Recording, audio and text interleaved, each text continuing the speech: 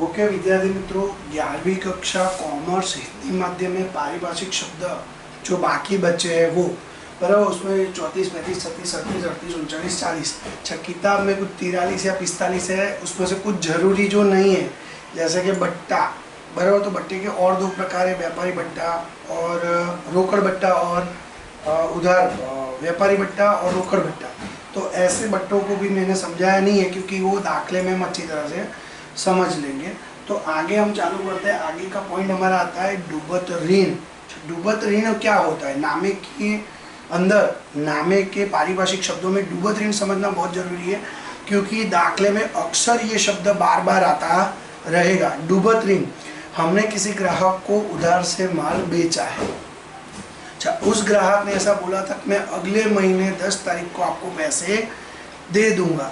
अगले महीने की 10 तारीख आई और हम उसके पास पैसे लेने गए, पर किसी वजह से उसने हमें मना कर दिया कि मैं अभी आपको पैसे नहीं दे सकता या पैसे नहीं दूंगा।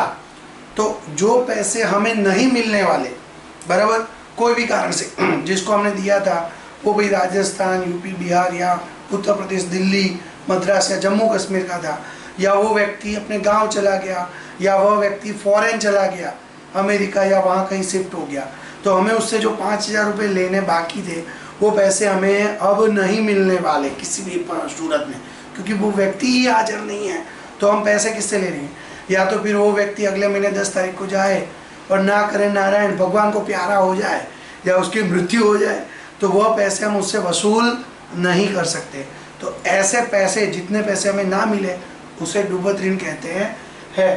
देनदार से जो पैसे लेने हैं, लेने के बाकी है, और वह देनदार जब पैसे न चुकाए तो उतने पैसे को डूबत ऋण कहते हैं। धंधे में ऐसा अक्सर होता है कि हम माल उधार से बहुत लोगों को बेचते हैं, किसी व्यक्ति से हमें पैसे मिल जाते हैं निश्चित रूप से। कोई व्यक्ति ऐसा नहीं होता, या किसी के मन में ऐसा नहीं होता कि हम इस व्यक्ति को पैसे नहीं चुकाएंगे। यानी हर एक व्यक्ति हमें पैसे चुकाने वाला ही होता है, पर किसी कारणवश या किसी संजोगवश हमें जब वो पैसे नहीं चुका पाता है या वो पैसे हमें ना मिले तो हम उसे डूबत ऋण कहेंगे। अच्छा, डूबत ऋण के आगे जितने जितने व्यक्तियों को हमने पैसे मतलब माल उधार से बेचा है, उन व्यक्तियों को यानी देनदार को 3 अलग भागों में बांटा जाता है। पहला है सद्धर देनदार, दूसरा है संशयी देनदार, और तीसरा है नादार देनदार।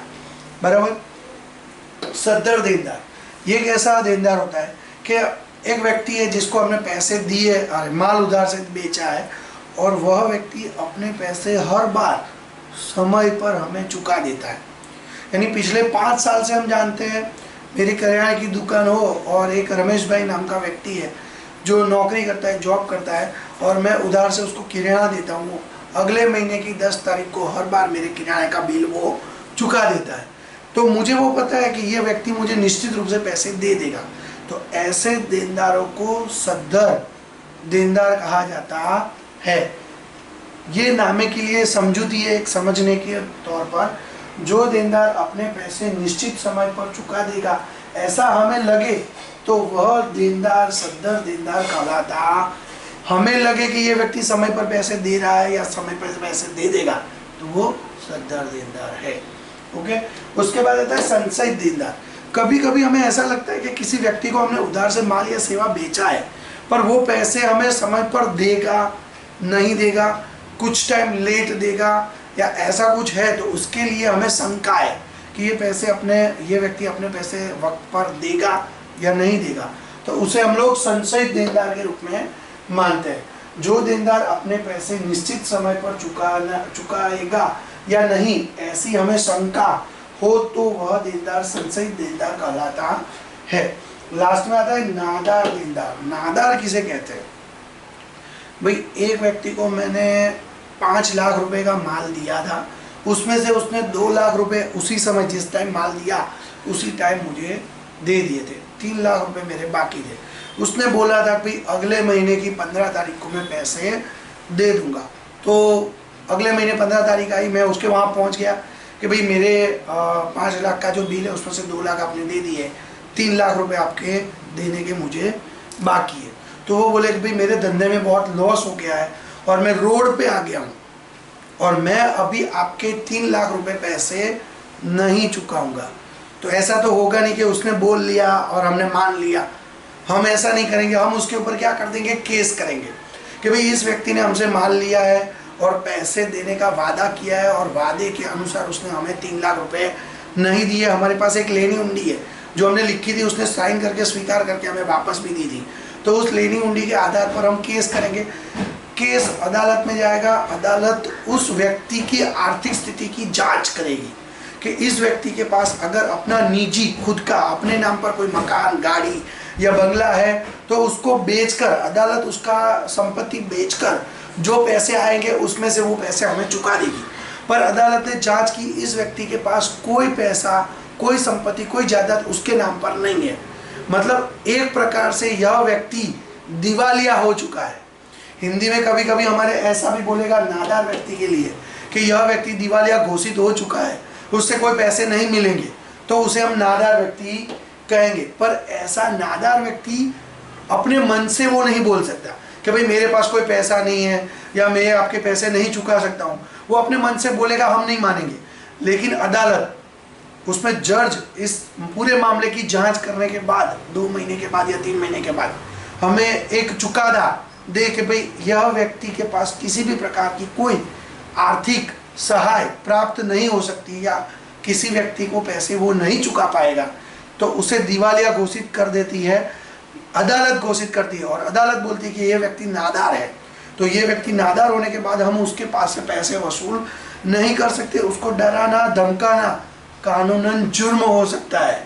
अगर अदालत के चुकादा आने के बाद के वो व्यक्ति नादार हो गया है, उसके बाद उसको घर पे जाके डराए, धमकाए, उसको मारने पीटने की धमकी दे या उसको अगवा करने की धमकी दे, तो वह व्यक्ति उल्टा हमारे पर केस कर सकता है कि भाई ये व्यक्ति मुझे रोज डराता है, धमकाता है वगैरह वगैरह, तो हम किसी चीज़ में फंस सकते हैं।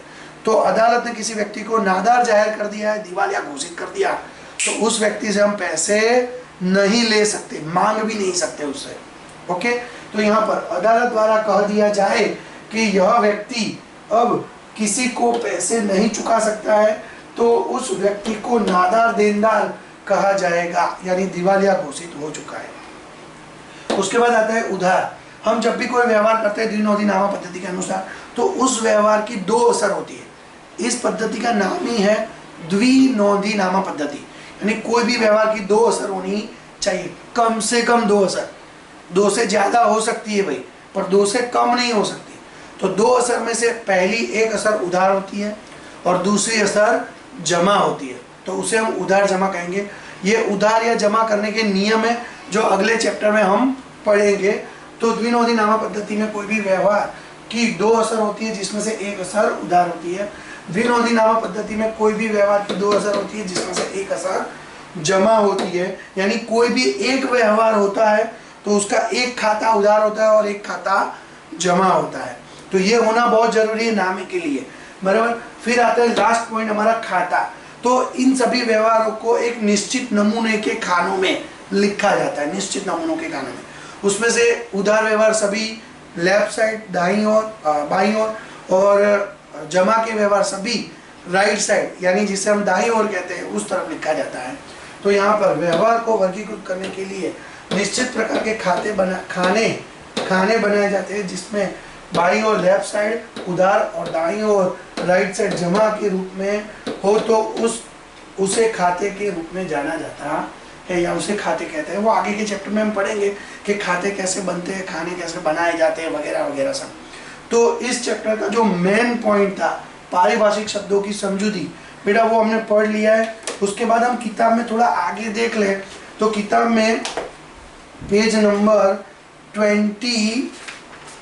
91 के ऊपर हिसाब तैयार करने की पद्धतियाँ, हिसाब लिखने की 2 प्रकार की पद्धतियाँ हैं भाई। एक देसीनामा पद्धति और दूसरी है द्विनोंदीनामा पद्धति। देसीनामा पद्धति आपने कई बार देखा होगा, आपने ट्यूशन क्लासेस है उसके नीचे एक स्टेशनरी की दुकान है, तो दिवाली के टाइम पर आपने देखा लाल कलर के पूटे वाले चौपड़े डोरी से बंधे हुए, ऐसे चौपड़े की बिक्री होती है, बराबर। तो ऐसे चौपड़े को रोजमेल या बैठा मेल के रूप में जाना जाता है। अभी भी कुछ बहुत से व्यापारी पुरानी नामा लिखने की पुरानी पद्धति जिसका नाम है देसी नामा पद्धति, इसका इस्तेमाल करते हैं। आज भी वो पद्धति भारत में मौजूद है और बहुत सारे व्यापारी इसी पद्धति से अपने व्यापार के व्यवहार लिखती है, बराबर। और दूसरी है आधुनिक पद्धति, जिसको हम कहते हैं द्विनोधी नामा पद्धति, बराबर। तो पेज नंबर किताब में अब जब देखेंगे पेज नंबर 20 के ऊपर, तो एक कोष्टक चार्ट बना के दिया है देसी नामा पद्धति और द्विनोधी नामा पद्धति। द्विनोधी नामा पद्धति तैयार करने के भी 3 प्रकार है, जिसमें व्यापारी धोरण है, रोकड़ धोरण है और मिश्र धोरण है। अब ये व्यापारी धोरण या रोकड़ धोरण हमारे लिए बहुत काम का नहीं, मिश्र धोरण बहुत काम का है। किताब में आप देखोगे इस पद्धति में व्यापारी धोरण से सुधारी हुई पद्धति तरीके रूप में माना जाता है। इस पद्धति में व्यापारी धोरण और रोकड़ धोरण का मिश्रण करके उसको पहचाना जाता है। यह पद्धति प्रचलित नहीं है भारत में। कंपनी सामान्य रूप से व्यापारी धोरण की पद्धति से हिसाब लिखती है। मिश्र इसलिए हमारे लिए महत्वपूर्ण है कि इस पद्धति से व्यापार अभी कोई नहीं लिख रहा है, सभी लोग व्यापारी पद्धति से। 3 पद्धतियां है, व्यापारी, रोकड़ और मिश्र, जिसमें से पहली है व्यापारी धोरण की पद्धति। उसी के अनुसार सभी कंपनियां अपने हिसाब लिखती है। हिसाबी धोरण 1 में कंपनी अपने वार्षिक हिसाब के अहवाल हिसाबी धोरण के रूप में बनाती है। उसके लिए एक प्रमाण पत्र दिया जाता है और इस पद्धति की जानकारी निम्न अनुसार दी गई है। हिसाब तैयार करने के तबक्के मतलब पॉइंट्स के हिसाब तैयार करने के एक स्टेप क्या है, तो सबसे पहला स्टेप है बिल, वाउचर। उसके बाद आता है उस व्यवहार को पहचानना कि यह व्यवहार आर्थिक व्यवहार है कि बिन आर्थिक है। अगर बिन आर्थिक व्यवहार है तो हमें उसको नामे में नहीं लिखना है। आर्थिक व्यवहार है तो उसके भी 2 भाग होते हैं, रोकड़ व्यवहार है या उधार व्यवहार है। अगर रोकड़ व्यवहार है तो उसमें एक रोकड़ खाता आएगा और उधार व्यवहार है तो उसमें एक व्यक्ति का खाता आएगा। ऐसे व्यवहार को पहचाना जाता है। कुछ व्यवहार ऐसे होते हैं जो सिर्फ माल के लिए होते हैं, तो उसके लिए एक अलग से सहायक बही, खरीद बही, बिक्री बही, ऐसी सहायक बहियाँ बनाई जाती है। उसके बाद आते हैं खाते, खातों के अंदर खतौनी, खाते में खतौनी करने के बाद कच्ची तलपट बनाई जाती है और कच्ची तलपट और पूरे साल के समायोजन पर से पक्की तलपट, जिसे वार्षिक हिसाबों के रूप में जाना जाता है नामे में, तो वार्षिक हिसाब बनाए जाते हैं। और वार्षिक हिसाब में 3 खाते बनते हैं, व्यापार खाता, लाभ हानि खाता और आर्थिक चिट्ठा, जिसे पक्की तलपट कहते हैं। आर्थिक चिट्ठा यानी पक्की तलपट 3रे नंबर का। और ये कोई खाता नहीं है, पहले 2 खाते हैं, व्यापार खाता, लाभ हानि खाता, पर तीसरा वो कोई खाता नहीं है, उसे पत्रक कहा जाता है। पत्रक, हिसाबी पत्रक। तो यहाँ पर आप देख सकते हैं कि हमारे ये चैप्टर पूर्ण होता है। इसके अलावा इस चैप्टर में से कुछ मोस्ट आईएमपी प्रश्न है, तो स्वाध्याय में एक एक करके बोल रहा हूँ, जिसमें जो प्रश्न है वो जरा आप टिक कर लीजिए। उसके बारे में थोड़ा किताब में से ढूंढकर लिख सकते हैं। कोई प्रॉब्लम है तो मेरे को फ़ोन करके पूछ सकते हो। स्वाध्याय में सबसे पहला प्रश्न है विकल्प। एक सवाल पूछा गया है, उसके आधार पर 4 विकल्प दिए, उसमें से सही विकल्प चुनना है। वो प्रश्न 1 हमें लिखना है, प्रश्न 2 हमें लिखना है, प्रश्न 3 हमें लिखना है। प्रश्न 2 और 3 में एक वाक्य में या एक शब्द में या 2 लाइन में जवाब देने हैं। ऐसे प्रश्न नंबर 4 में हमें जो लिखने हैं उसमें आता है हिसाबी पद्धति के लक्षण, उसके फायदे और मर्यादा। यानी प्रश्न नंबर 4 में 3रा, 4था और 5वां, बराबर। और उसके बाद एक 7वां प्रश्न लिखना है, हिसाबी पद्धति के गुणात्मक लक्षण, बराबर। तो ये 4 प्रश्न हम अगले वीडियो में पढ़ लेते हैं और समझ लेते हैं इसी किताब में। ये पहले हमें चलाने थे, बाद में पारिभाषिक शब्द चलाने थे, पर मैंने पारिभाषिक शब्द पहले चला दिए हैं, बराबर। तो अब हम 4 प्रश्नों को भी देख लेते हैं और उसके बाद दूसरा चैप्टर चालू करेंगे, बराबर। तो यह वीडियो में यहाँ तक रखते हैं, अगले वीडियो में हम आगे का देख लेते हैं। ओके, अस्तु।